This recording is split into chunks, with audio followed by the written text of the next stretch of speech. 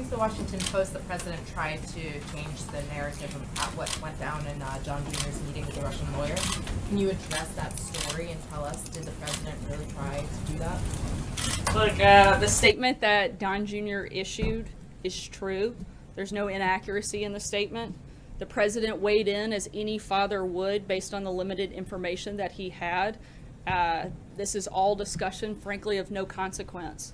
There was no follow-up. It was disclosed to the proper parties, which is how the New York Times found out about it to begin with. The Democrats want to continue to use this as a PR stunt and are doing everything they can to keep this story alive and in the papers every single day.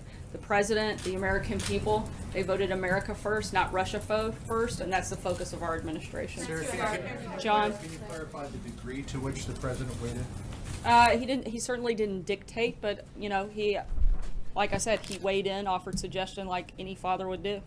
Did he not know what the Stephen, intelligence was? I will follow up on that. Was he aware at the time that Don Jr. had a meeting that was based on the pretext that he would be promised information that was negative about Hillary Clinton when he suggested that the statement only say that the meeting was primarily about Russian adoption policy? Like I said, the statement that was issued was true and there were no inaccuracies in the statement. I think what the bigger question is, everybody wants to try to make this some story about misleading. The only thing I see misleading is a year's worth of stories that have been fueling a false narrative about this Russia collusion and based on a phony scandal based on anonymous sources. And I think that is, if we're going to talk about misleading, that's the only thing misleading I see in this entire process.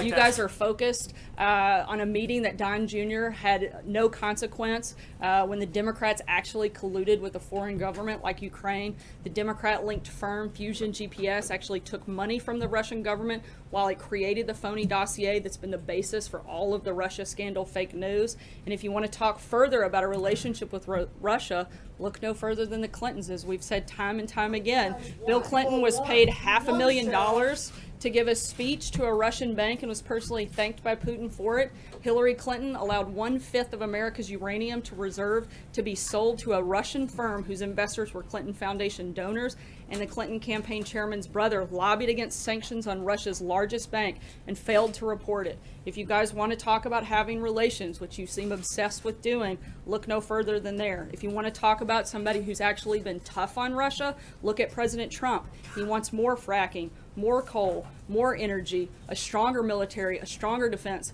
Those things aren't good for Russia. I think the distinctions are very clear, and you guys want to create a narrative that just doesn't exist.